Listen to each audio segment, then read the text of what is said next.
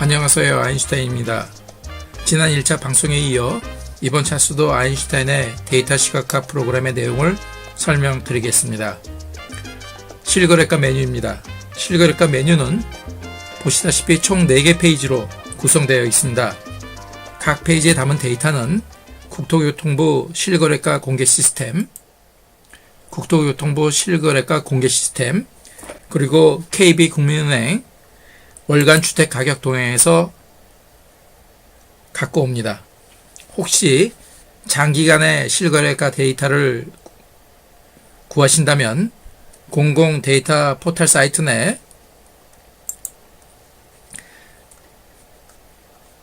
아파트 매매 실거래 상세 자료를 오픈 API를 활용하여 받을 수도 있습니다.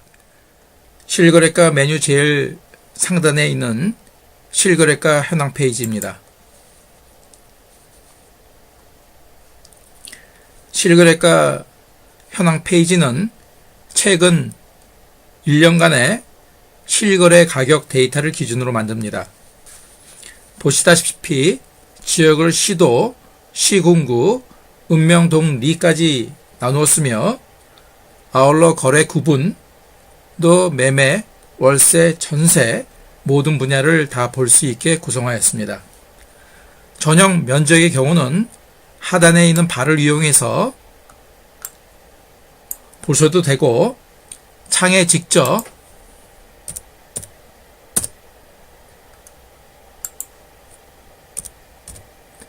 저와 같이 치셔서 보셔도 됩니다. 그리고 보고자 하는 단지를 특정해서 보셔도 됩니다. 다만 선택한 항목을 해제할 때는 지난 차수에서 말씀드렸듯이 우측 상단에 있는 항목 지우개를 이용해서 선택한 항목을 지우셔야 하며 지금처럼 하위 메뉴에서부터 차례차례 올라가면서 지우셔야 합니다. 이 점을 유념해 주시면 됩니다. 이 페이지를 제대로 활용하는 요령은 실거래가 현황 이 페이지 자료와 네이버 부동산의 호가와 사용을 비교해서 시세 흐름을 체크하는 데 주로 사용합니다. 이는 조사하고자 하는 대상 단지의 현 시점에서의 시세 부침을 이해하는 데 많은 도움이 됩니다. 다음은 공급 면적 기준 평당 평균가 페이지입니다. 이 페이지는 KB국민은행 부동산팀에서 올해 1월에 새로 선보인 데이터입니다.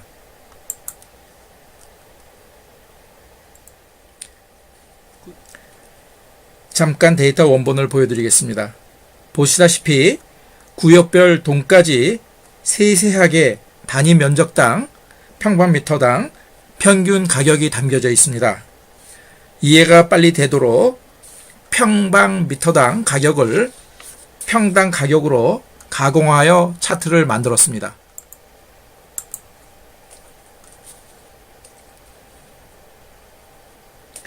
지역의 법정동 수준까지 시세 흐름을 상호 비교해 볼 수 있다는 점에 의미가 있고요.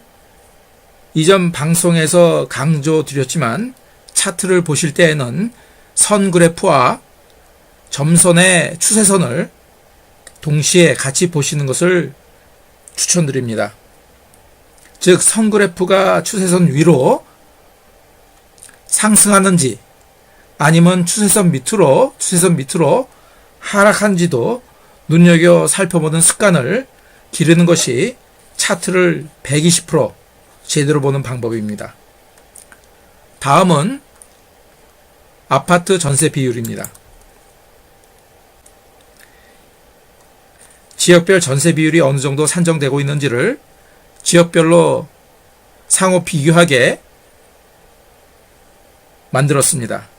특히 전세를 구하고자 하는 분들께는 현장 방문 이전에 대상 지역의 관련 데이터를 전세 비율을 숙지하고 참고하시는 데 도움이 됩니다. 다시 한번 강조드리지만 지역을 해제하실 때는 선택한 하위 메뉴부터 해제를 하셔야 됩니다.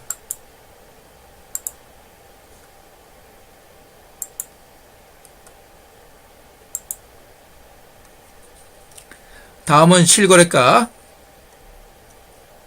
마지막 메뉴 마지막 페이지인 전국 아파트 단지별 전세 비율입니다.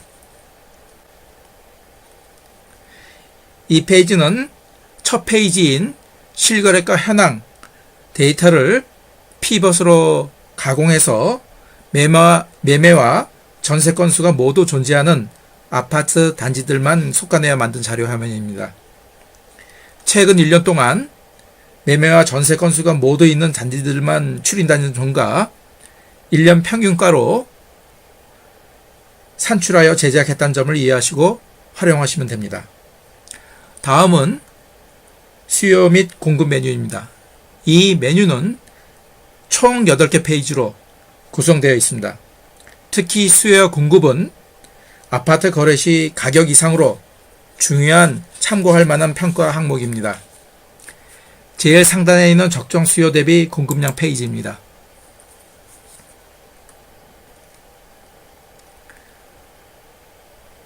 이 페이지의 로 데이터는 아파트 투유 자료를 기반으로 자체 수집한 데이터와 통계청 장기주택 종합계획 내 인구수 추계 조사 내용을 기반으로 편집 가공한 데이터로 작성하였습니다.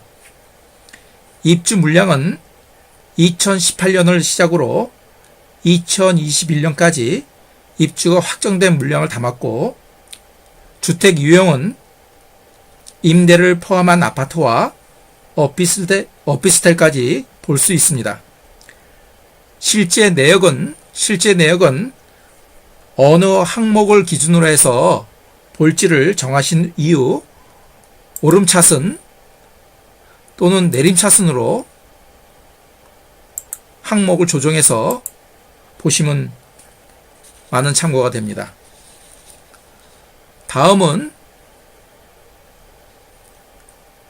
그리고 여기서 지도를 보실 때 지도의 원이 클수록 세대수가 많은 단지임을 표시한 겁니다. 이 점도 참고하셨으면 합니다. 다음은 학령 인구수 페이지입니다.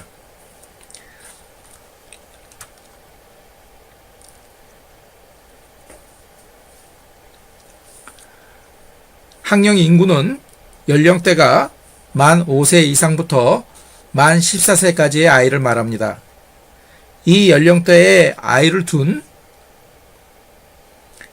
학부모가 아파트 구매력이 제일 크다고 보고 특정지었으며, 실제로 시뮬레이션을 돌려본 결과 해당 연령대가 많은 구역의 아파트 단지의 시세가 더욱 양호하였습니다. 가격이 상승할 때는 더 많이 상승했고, 그리고 하락할 때는 하락 경직도가 제일 강했습니다. 다음은 순 이동자 수 페이지입니다.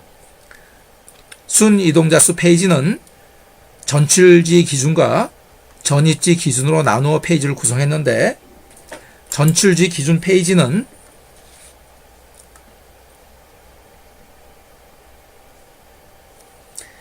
예를 들어 투자 대상지로 삼은 지역에 서울과 경기에서 얼마나 전입해 들어온지를 보려고 만들었습니다. 지금 보시는 페이지는 경기도 의왕시의 아파트 단지를 투자 대상지로 삼았을 때 전출지에서 서울과 경기를 선택한 이후 해당 이동자 수의 흐름을 살펴보는 것입니다. 다음 전입기준 페이지는, 전입지 기준으로 만든 페이지는 보는데 조금 요령이 있습니다. 현재로서는 제가 사전에 서울 지역에서 경기도로 전입해가는 지역이 위에서부터 6개 지역을 미리 사전에 알아내고 그려놓은 차트인데요. 처음부터 다시 보는 방법을 시연해 보겠습니다. 위에 오른쪽 상단에 있는 선택 항목을 지우고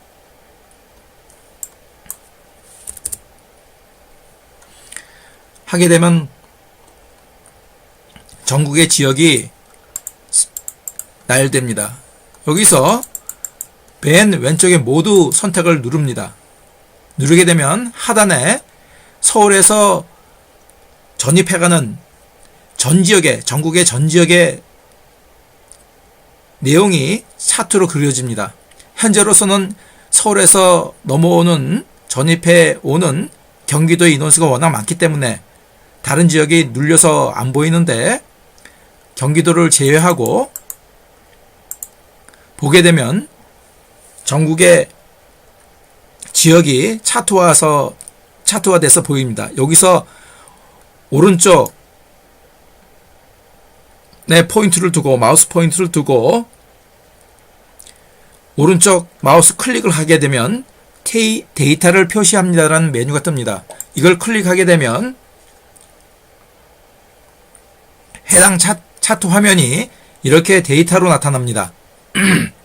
여기서 날짜를 가장 최근으로 클릭하고 보게 되면 기존 과거 히스토리의 데이터는 다 음영 처리가 돼서 보이지 않게 되고, 2019년 선정한 2019년 1월에 순 이동자 수가 지역별로 밑에 데이터가 나타납니다. 여기서 이동자 수가, 순 이동자 수가 큰 지역만 골라내서 기억했다가 위에 차트에서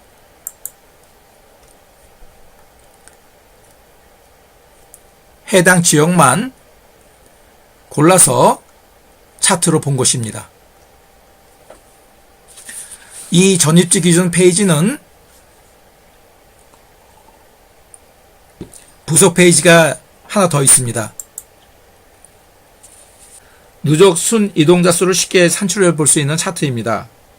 특히 센서스 조사 이후 인구수 관련 기사들이 기사를 쓸 때 늘상 거론하는 누적 인구수를 이와 같은 차트를 보고 기사를 쓴다면 참고가 크게 되겠지요. 다음, 주택 준공 실적과 인허가 실적은 현재와 향후 2, 3년 뒤에 공급 물량이 얼마나 나올지를 지난 연도와 비교해 보려고 만들었습니다. 두 페이지 모두 국토부 통계누리 주택건설 실적 통계를 참고하였습니다. 다음은 미분양과 준공 후 미분양 페이지입니다. 두 항목 또한 아파트 투자 전에 꼭 참고해야 할 참고 항목 평가 요소입니다. 특히 미분양 페이지는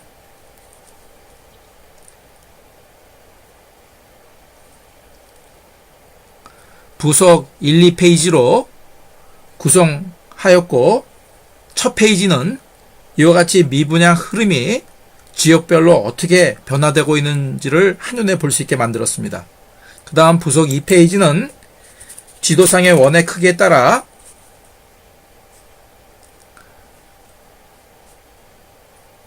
어느 지역이 미분양이 얼마나 되는지를 쉽게 접근할 수 있게 지도상으로 표현했는데요. 가장 최근에 2019년 1월 기준으로 해서 한번 보겠습니다. 전국의 지역을 모두 선택하고 보게 되면 지도상에 전국의 미분양 상황을 쉽게 볼 수 있습니다. 여기서 원이 클수록 미분양 수가 많다는 것을 볼 수 있습니다. 원을 찍게 되면 이렇게 해당 지역명과 미분양된 수치가 나옵니다. 이상으로 오늘 소개해드린 내용은 마치고, 제가 만든 데이터 시각화 프로그램 사이트 열람하는 방법을 안내해드리겠습니다. 해당 동영상을 구독을 눌러주시고요. 구독자에 한해 한 달 열람권을 드립니다. 열람이 끝나고 나서 재열람을 요청하시면 다시 연장을 시켜드리겠습니다. 그리고 데이터 시각화 프로그램 사이트인 data2chart.kr에 접속하시고 회원 가입 및 IDN 비번을 등록하신 이후 상단에 있는 고객센터 메뉴 내 신청 게시판 페이지를 클릭하신 이후 열람 신청을 하시면 됩니다.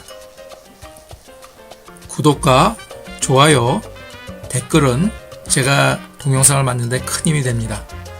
부탁드리고 오늘도 오랜 시간 시청을 해주셔서 감사합니다. 다음 차수에서 다시 뵙겠습니다. 좋은 저녁 되십시오. 감사합니다.